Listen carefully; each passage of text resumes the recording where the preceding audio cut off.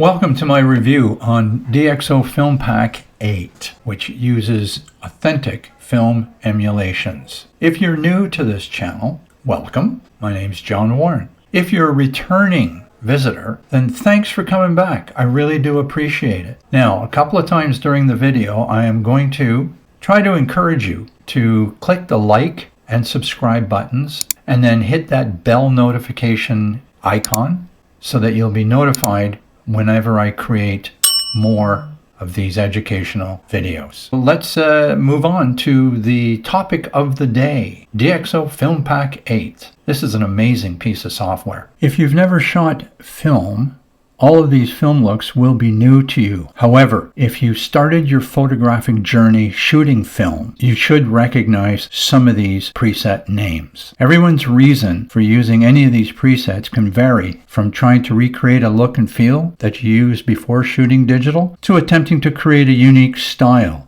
to call your own. It's all possible with what DxO has accomplished with this application. Not only can you choose from one of the over 300 presets, you can edit or modify them to your liking using the Customize tab. So you begin by selecting one of the presets, and then you move over to the Customize tab and start making some changes. These changes can be anything from lightness and darkness, contrast, saturation, and vibrance to graphical effects including frames, textures, and light leaks. There are also a few lens effects such as filters, creative vignetting, and blur. There is even a film scan optimizer option for those of you who have scanned in some film. I have one example that I want to show using this piece of the software. Now, it's not a typical scanned piece. What I did was I took a perfectly good image, this one in particular, and then I inverted this so that it resembles what a color negative would look like, and then brought it in, and I'll show you how that works. Before we get going in this tutorial or review, I thought I'd just show you how I want to break things down, and I want to break things down into 4 sections. So when I'm talking about the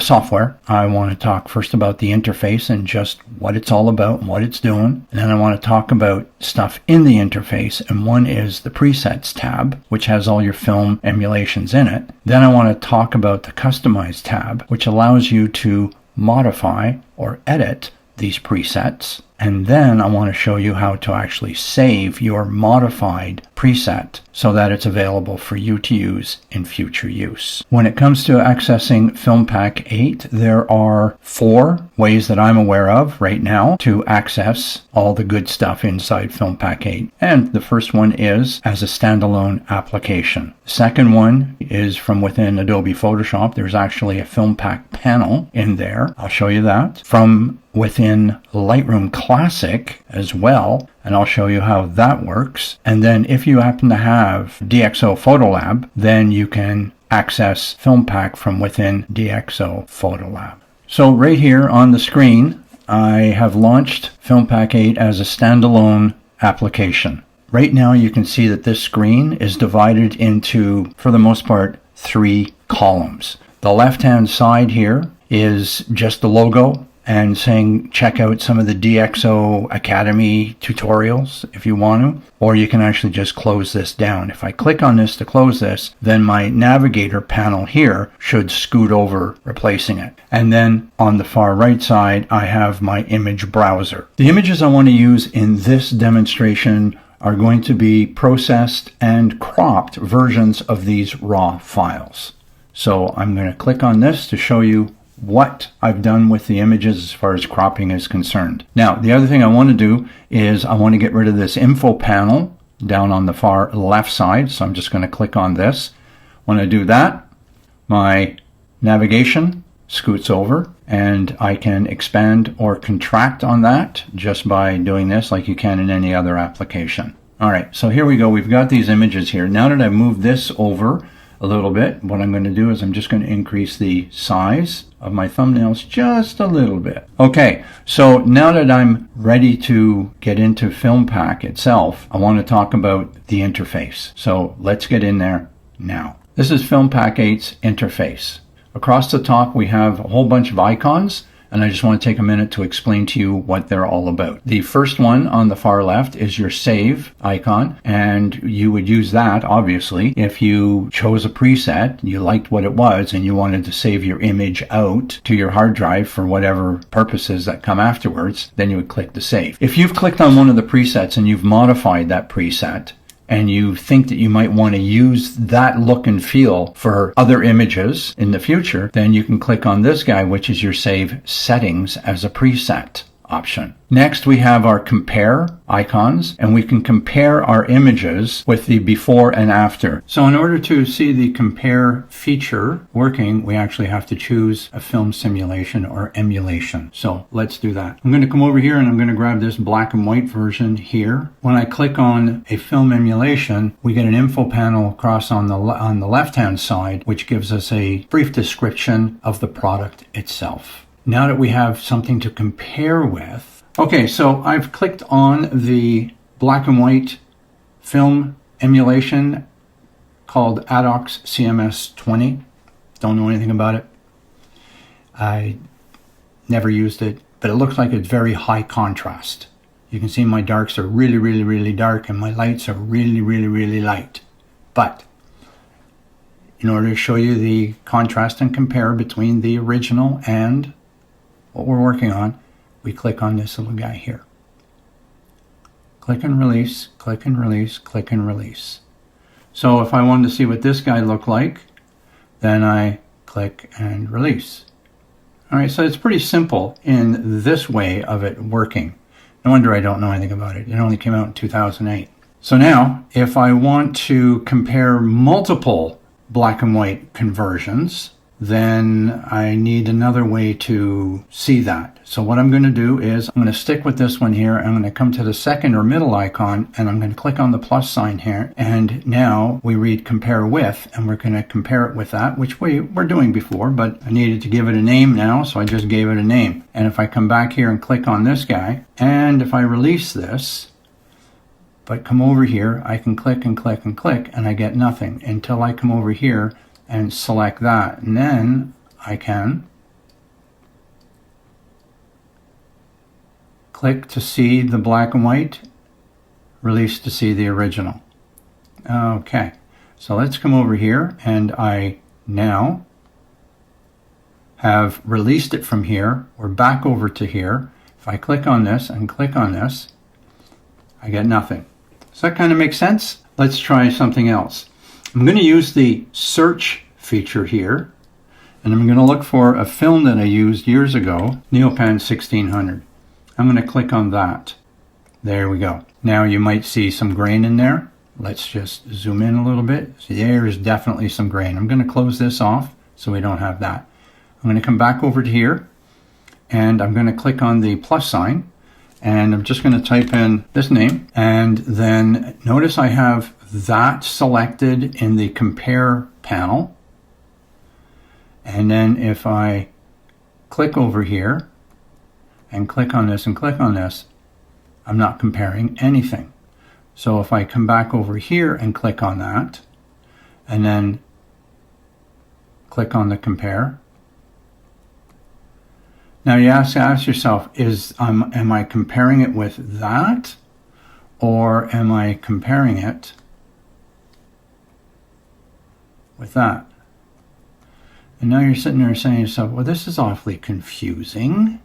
So if I come back over to here, notice that we're still at the Neopan 1600, and that's because it is the active emulation in the presets panel. If I deactivate it, we're back to this, and clicking on that, nothing to compare it with. But I can come over here now and I can click on the Adox, and then when I click on this, we can see the Adox. If I come over here and click on Neopan 1600 and click on here, we'll see Neopan 1600. Make sense? Kind of hope so.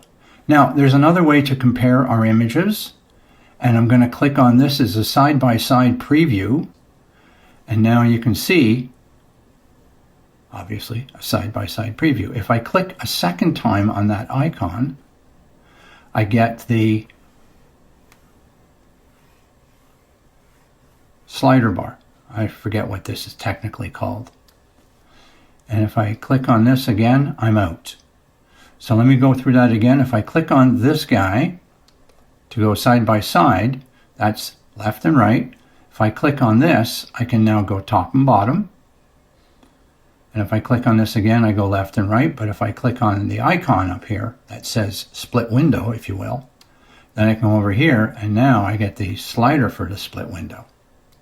So it's kind of interesting. If I come over here and click on this guy to release it, click one more time here to get out of that.